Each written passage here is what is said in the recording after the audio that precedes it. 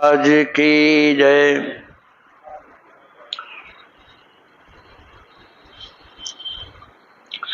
राम कृष्णदास जी महाराज के बारे में आता है कि एक बार उनके दाढ़ में दर्द हो गया। जब दाढ़ में दर्द हुआ तो डॉक्टर इलाज करने के लिए आया और उन्होंने बाबा से पूछा कि तुम ये बताओ कि कौन सी दाढ़ में तुम्हारा दर्द हो रहा है। तो बाबा बोले मुझे कछु मालूम ना है। अरे तो किसको मालूम है? तो उनका जो सेवक था उसको बच्ची कहा करते थे। कहा इस बच्ची से पूछो। तो बच्ची ने बताया, क्योंकि दवा तो वही करते थे। तो बच्ची ने जब बताया तब फिर उस डॉक्टर ने दवा किया।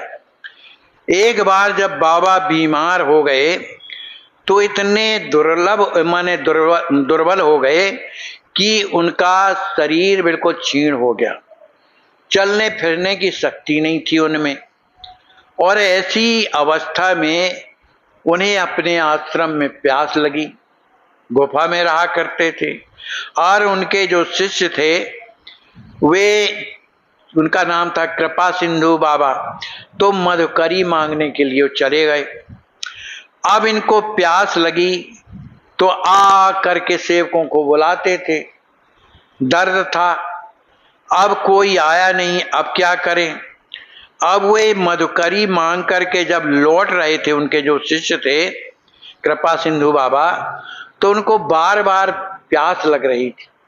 वो पानी पीते थे जहां तहां हैंड पंपों में, लेकिन थोड़ी पी करके जब चलते थे तो फिर प्यास लगती थी। वो सोचने लगे कि मुझे इतनी प्यास क्यों लग रही है, मैंने तो इतना पानी पी लिया फिर भी प्यास खत्म नहीं हो रही है। जब वे आश्रम में लौट करके आए तो बाबा ने उन्हें इशारा किया। गला सूख गया था उनका, बीमार तो थे ही, तो उन्होंने पानी पिलाने के लिए इशारा किया। तो कृपा सिंधु बाबा ने जब पानी उन्हें पिलाया तो उनकी तो प्यास मिट गई और इनकी भी प्यास मिट गई। अब एक बार की बात है कि बाबा राघव कुटी में भजन कर रहे थे। उस समय गोवर्धन भजनानंदी महात्माओं की एक बड़ी टोली थी। वो सब आए उधर पर और इनको सब कोई पंडित बाबा बोलते थे। तो ये सबके मुखिया थे, तो इनके पास आए और वे सब ने गोष्ठी किया कि सवेरे 2 से 3 बजे उठ करके और सारा दिन भजन करना है, ऐसा उन्होंने नियम बनाया। फिर शाम के समय मधुकरी को जाना है। अब जब ये सब कोई मधुकरी लाते थे तो क्या होता था कि सब कोई जितने साधु थे मधुकरी अपनी अपनी कुटी में नहीं पाते थे, सब कोई मिल करके मैदान में पाते थे। अब जिसके पास कम थी तो उसको दे देते थे एक दूसरे को। तो इस तरह का मधुकरी का कार्यक्रम चलता रहा। माने एक स्थान में कभी नहीं बैठते थे, आज उधर मधुकरी पाएंगे परसों उधर पाएंगे, ऐसा।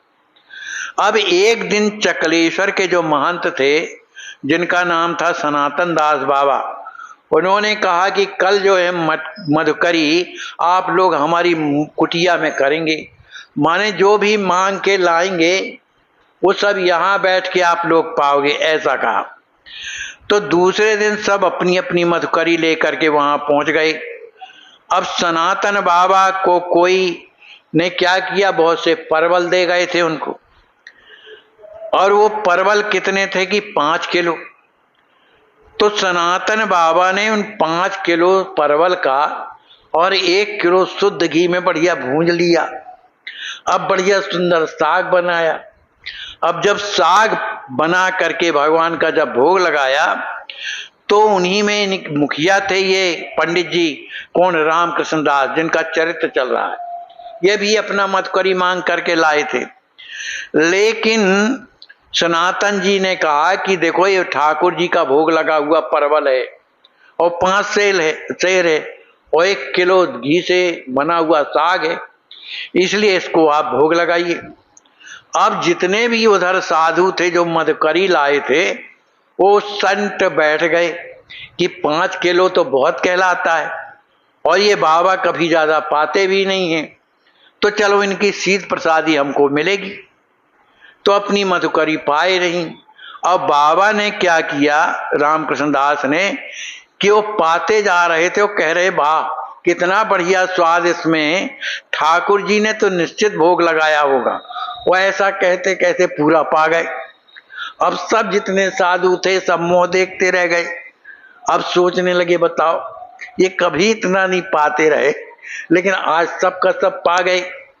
तो किसी ने कहा भाई इसलिए पा गए हैं कि वो कभी किसी को झूठा नहीं देते हैं, इसलिए पा गए। तो किसी ने कहा भैया ये साधु हैं, ये कुछ भी कर सकती हैं, इनकी लीला के बारे में कोई नहीं जानता। अब किसी ने कहा नहीं भैया सनातन बाबा ने विनोद में इनके सामने रख दिया होगा कि भला ये खा पाते हैं कि नहीं खाते, इसलिए बाबा ने वो जबरदस्ती पा लिए, नहीं इतना कैसे पा सकते हैं। इस तरह की बात चलती रही। अब एक बार की बात है कि बाबा बीमार हो गए। ये हमेशा बीमार होते रहते थे। देखो साधु लोगों का जीवन क्या, शरीर अपनी जगह में, इसकी व्यवस्था नहीं करोगे तो बीमार होएगा। अब साधुओं को चिंता तो है नहीं शरीर की, मस्त हो गए भगवान की दिव्य लीला देखने में। अब भूख लगी है, ये तो शरीर मांगता है ना, और गए नहीं मधुकरी के लिए, वो लीला में 2 दिन तब बीत गए, तो आखिर कमजोरी कहाँ आएगी, शरीर में ना आएगी। तो बाबा जो है उनको एक बीमारी हो गई कि इन्फ्लुएंजा जो कुछ कहलाता हो, उसके वो बुरी तरह से शिकार हो गए। अब एक डॉक्टर थे जिनका नाम था कामनी कुमार घोष, वे आए तो उन्होंने कहा बाबा आपकी तबीयत बहुत खराब है, इसलिए एक काम करो कि वृंदावन चलो, वहां पर आपकी दवा होगी। तो उन्होंने कहा ठीक है चलो। तो वृंदावन जब जाते हैं वहां पर तो एक बगीचे में हो रहे कि हम किसी के यहाँ नहीं जाएंगे, इस बगीचे में रहेंगे। तो वृंदावन में उनकी दवा होती रहे और वो 8 साल वहीं भजन करते रहे बगीचे ही में, बिना झोपड़ी के। इस तरह से उनका जो जीवन है एकदम तपस्या में था। एक बार की बात है कि एक दाऊ जी के बगीचा, वहां पर दाऊ जी का बगीचा माना जाता है कोई, तो वहां पर उन्होंने 14 वर्षीय विष्णुदास बाबा भी अपने गुरुदेव सूर्यकुंड के यदुनंदन दास बाबा की आज्ञा से उनकी शरण में आ गए। माने जो दाऊ जी थे और एक यदुकुल नंदन बाबा जो है वो भी वहां पर आ जाते हैं जहां बाबा हैं। अब वो वहीं पर माने रहने लगे। तो दाऊ जी जो बगीचे में रह रहे थे तो वो पता नहीं दूर से आए और थक गए थे, रोज मधुकरी लाया करते थे। तो उनकी ऐसी स्थिति बिगड़ गई कि वहां पर एक कुआं था, कुएं में चबूतरा बना था, चौड़ा कुआं था, तो उसी में वो लेट गए और कराहने लगे। अब उसी समय पर रामकृष्ण दास जी महाराज, जिनको पंडित बाबा बोलते, जो मालिक हैं सब साधुओं के, वहां से लौटे शौच के बाद, तब नहाया धोया, फिर उन्होंने इनको बुलाया, इनका नाम था विष्णुदास जी। तो इन्होंने दंडवत किया। उन्होंने कहा क्यों रे इधर क्यों पड़ा है, लेटा हुआ है। उन्होंने कहा महाराज आज बड़े जोर का बुखार आ गया है मुझे। तो विष्णुदास बाबा ने जब ऐसा कहा, अरे कहा तू चिंता काहे को करे, सब ठीक हो जाएगा। कह के बाबा ने अपने सामने उसको बिठाया और रोटी खिलाई और बोले चल मेरे साथ मधुकरी करने के लिए। अब विष्णुदास जी का हाथ जब पकड़ा मधुकरी को ले के साथ जब चले वहां मधुकरी के लिए, तो उनकी जो थकावट थी, जो बुखार था, सब अपने आप हाथ पकड़ते ठीक हो गया। अब उस दिन से उनके मन में आया कि इन्होंने मेरा हाथ पकड़ा है तो अब मैं इनके चरणों को कभी नहीं छोड़ूंगा। और बाबा से प्रार्थना किया कि बाबा अब आपने मेरा हाथ पकड़ा है तो अब मैं आपके चरणों में रहूंगा। ऐसा उनकी सेवा में वो रहने लगे। अब एक बार की बात है कि विष्णुदास बाबा पढ़े लिखे तो थे नहीं, उनको अक्षर का भी ज्ञान नहीं था, पर बाबा की कृपा से इतने पढ़ लिख गए, उनकी कृपा से, कि उन्हें गोविंद लीलामृत माने सुना देते थे, बिना पढ़े सब सुना देते थे। एक दिन जब वे मधुकरी से लौट रहे थे तो बाबा रास्ते में ताऊ जी के बगीचे में कुछ दूर पुलिया पर बैठे थे। बैसाख का महीना था, सूर्य अस्त हो गया था। अंधकार में पुष्प जो है खिलने लगे अपने आप, वहाँ सुगंधित वायु बहने लगी, अपने आप प्रकाश होने लगा, वहाँ का वातावरण एकदम बदल गया, वहाँ कदम के पेड़ों का दर्शन होने लगा, दिव्य सुगंध आने लगी और वहाँ एकदम से प्रकाश होने लगा। इस बात को देख करके वो तो घबरा गए कि ये रात्रि में क्या हो रहा है।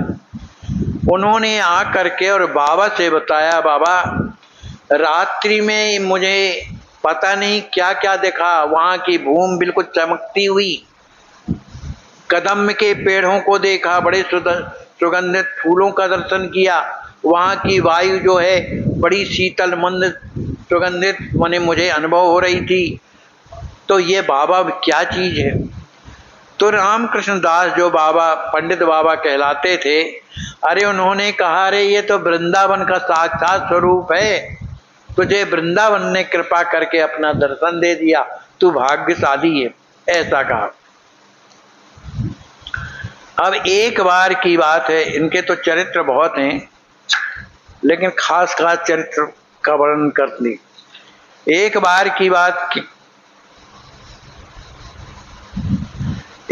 की बात है कि एक राजा थे, उनका नाम था कुशल सिंह।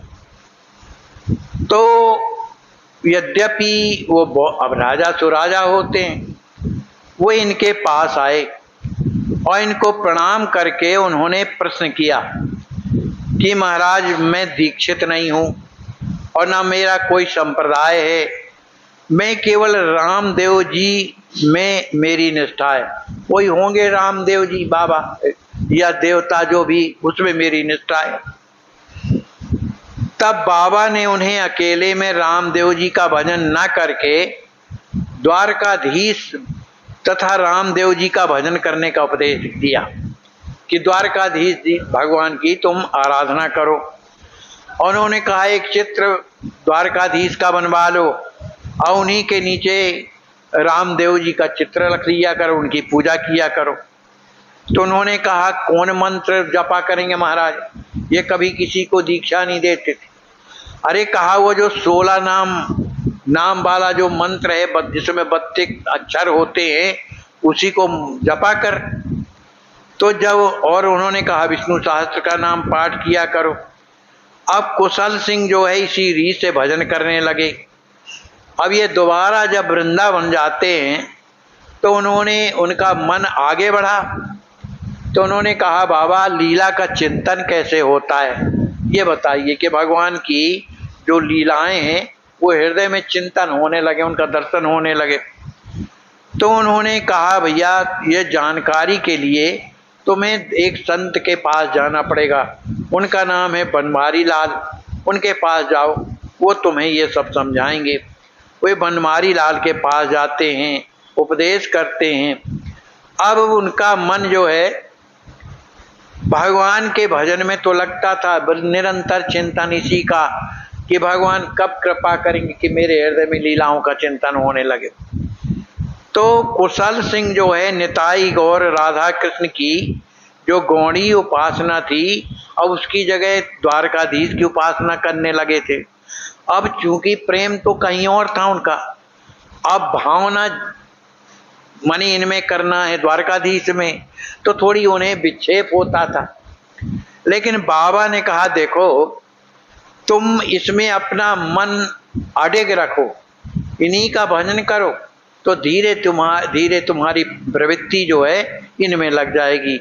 इस तरह का उपदेश दिया। तो रहते रहते कुछ दिनों में उन्हें भगवान की दिव्य लीलाओं का दर्शन होने लगा। अब कुछ दिन बाद कुशल सिंह ने जयपुर में हाई कोर्ट के चीफ जस्टिस के पद से, ये जस्टिस पद के उसमें थे हाई कोर्ट में, तो इस्तीफा दे दिया। अब इन्होंने साधु वेश धारण करने के लिए निश्चित किया। बाबा के पास आते हैं, कहते हैं बाबा अब हमारा मन नहीं लगता, अब हमको आप विरक्त दीक्षा दे दीजिए। तो बाबा ने कहा रे भैया तू बाबा बन करके करेगा क्या, है ना, अरे तू घर में रह करके भजन कर। अरे हमारी तो गाड़ी किसी तरह से खिंच गई। माने साधु संत पहले जंगलों में रहते थे, मधुकरियां मांग करके लाते थे, पाते थे, कंद फल फूल खाते थे। तो उन्होंने कहा हमारी गाड़ी तो खिंच गई किसी तरह से, पर अब साधुओं का वो काम नहीं होगा, अब उनका काम तो गृहस्थियों का होगा। धन जुटाएंगे, मकान बनाएंगे, कपड़े सिलेंगे, आराम से रहेंगे, इसलिए घर पर रह करके भजन करो, यही सही है। उनकी बात को मान करके कुशल सिंह अपने घर में रह करके और भजन करने लगे। अब कुछ दिनों के बाद क्या हुआ कि इन्हीं एक थे इनके हरि सिंह, कुशल सिंह के मित्र थे, वो जमींदार थे। उनकी पत्नी बीमार हो गई, नवविवाहिता पत्नी थी, बीमार हो गई। अब उन्होंने अच्छी से अच्छी दवा कराई, लेकिन उनकी पत्नी ठीक नहीं हुई। जब ठीक नहीं बाबा के कि महाराज मुझे ज्योतिषियों ने बताया है कि तुम जो है दूसरा विवाह कर लो, तुम्हारी पत्नी ठीक नहीं होगी। तो महाराज मैं आपसे इस बारे में विचार विमर्श करने आया हूँ। बाबा ने कहा क्या कहते हैं वो लोग, कहा कहते हैं तुम्हारे ग्रह ज्यादा हैं, ग्रह तुम्हारे पीछे पड़े हुए हैं, इसलिए तबीयत खराब है उसकी। तो बाबा ने समझाया कि सुन रे, जो भगवान के विमुख होते हैं तो ग्रह उन्हीं के पीछे पड़ते हैं, और जो भगवान के सम्मुख होते हैं भजन करते हैं तो ग्रह उनके पीछे पड़ के उनकी सेवा करते हैं। तो इस तरह से तू मान करके तू काम कर। एक काम और कर कि अपनी पत्नी को कहो पढ़ी लिखी है कि नहीं। कहा महाराज पढ़ी लिखी तो नहीं। कहा तो एक काम कर, तुम उसे श्रीमद् भागवत का रोजाना पाठ सुनाया करो, भगवान की कृपा होगी तो ठीक हो जाएगी। अब उन्होंने जाकर के हरि सिंह ने, जो जमींदार थे, उन्होंने भागवत का रोजाना अध्याय सुनाते थे। कुछ दिनों में क्या हुआ कि उनकी पत्नी बिल्कुल ठीक हो गई। अब उसकी भी श्रद्धा बाबा के प्रति हो गई, भाई जो ठीक करे उसके प्रति तो होता ही है। अब वो भी आती है बाबा का दर्शन करने के लिए। बाबा का दर्शन करने के बाद उसने बाबा से प्रार्थना किया कि महाराज हमको आप मंत्र दे दीजिए, हम आप जो मंत्र देंगे तो हम जाप किया करेंगे। बाबा ने कहा कि हमको तो मंत्र आता नहीं है, हम तुमको क्या दे सकते हैं। बेचारी निराश होकर के लौटने लगी। अब उसने सोचा कि मुझे मंत्र तो लेना है तो बाबा से लेना है। तो उसके साथ में एक और कोई महिला थी जिससे प्रेम था, वो उसको साथ में लेकर के आई। तो विष्णुदास बाबा ने पूछा कि ये बताओ तुमको 12 अक्षर मंत्र जो है वो जानती हो। तो उन्होंने कहा हम तो नहीं जानते। तो बाबा ने कहा कि अच्छा एक काम करो, जिसमें इतने अक्षर आते हैं, मैंने पूरी वर्णमाला बताई, उसमें इतने इतने अक्षरों को निकाल करके शेष जो बचे वो ही मंत्र है। अब ये किसके समझ में आएगा। आखिर बाबा ने उन्हें दीक्षा नहीं दिया। अब एक बार की बात है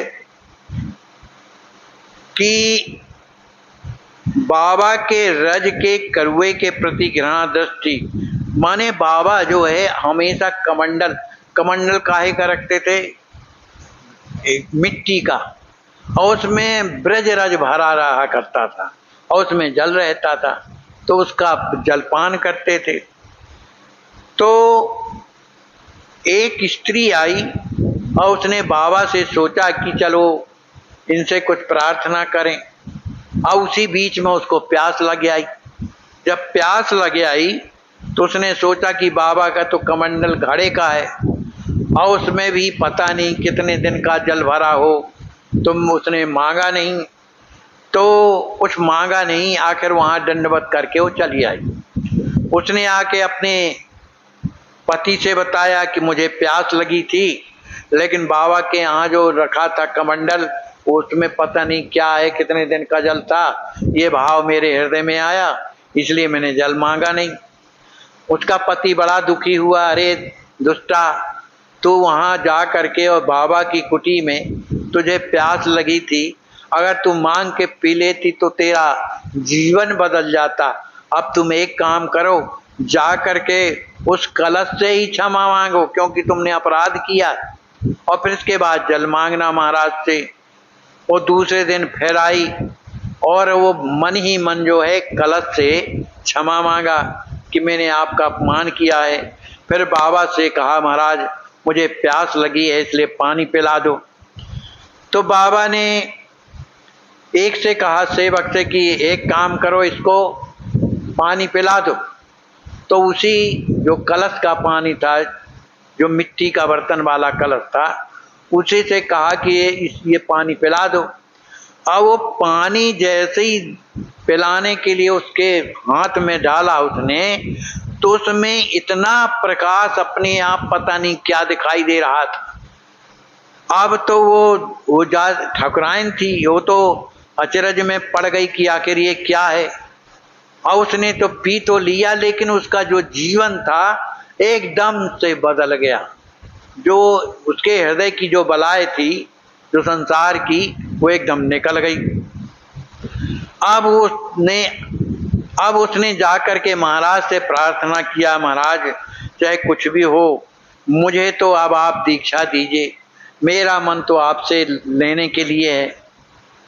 तो बाबा ने कहा कि एक काम करो, मैं तो मंत्र देता नहीं हूं, तुम ये बताओ तुम कौन संप्रदाय की हो। तो उसने बताया वल्लभ संप्रदाय की हूं। तो एक स्त्री बगल में बैठी थी, कहा वल्लभ संप्रदाय की तो हम भी हैं। तो कहा मंत्र बताओ क्या जानती हो। तो उसने कहा कि हाँ जानती हूं, श्री कृष्णा शरणम मम, ये उनका मंत्र है वल्लभ संप्रदाय का। कहा तो एक काम कर, यही मंत्र जपा करो, ऐसा बाबा ने कहा। अब वो ठाकुराइन घर आई, बड़ी प्रसन्न हुई कि चलो मुझे मंत्र मिल गया। अब जब घर आई तो उसको चिंता हुई कि जो कृष्ण नाम है मेरे पति का नाम है, अब मैं कैसे कृष्ण नाम लूं। अब बड़ी दुखी हो गई। अब उसकी एक लड़की थी, उसका नाम था चंपो। अब बताओ चंपो के पिताजी का नाम मैं कैसे लूं, बड़ी दुखी हो गई। उसने अपने पति से कहा बाबा से मंत्र तो ले आई हूं, लेकिन उसमें आपका नाम पड़ता है, तो चंपो के पिता हो आप, अब मैं क्या करूं। कहा हम इसके बारे में नहीं जानते, तुम बाबा के पास जाओ, उन्हीं से पूछो। अब दौड़ करके वो बाबा के पास फिर आई। तो बाबा ने कहा क्या हुआ। कहा महाराज जो मंत्र दिया है उसमें चंपो के पापा का नाम आता है। कहा चंपो कौन है।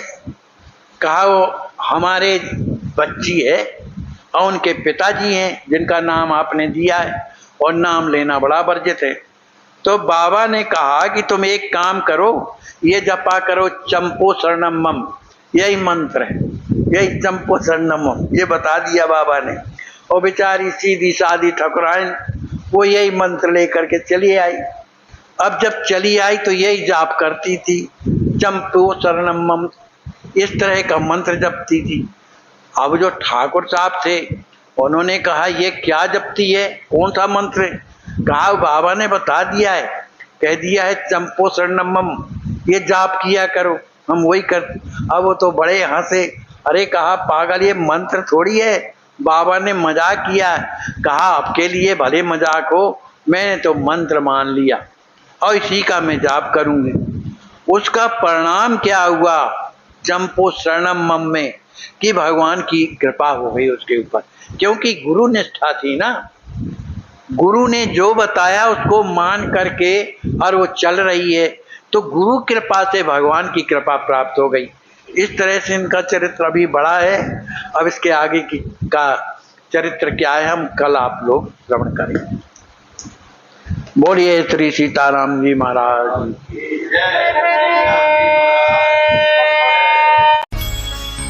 राम रघुवर की प्राण प्रिया भजो रे मन सिया सिया। राम रघुवर की प्राण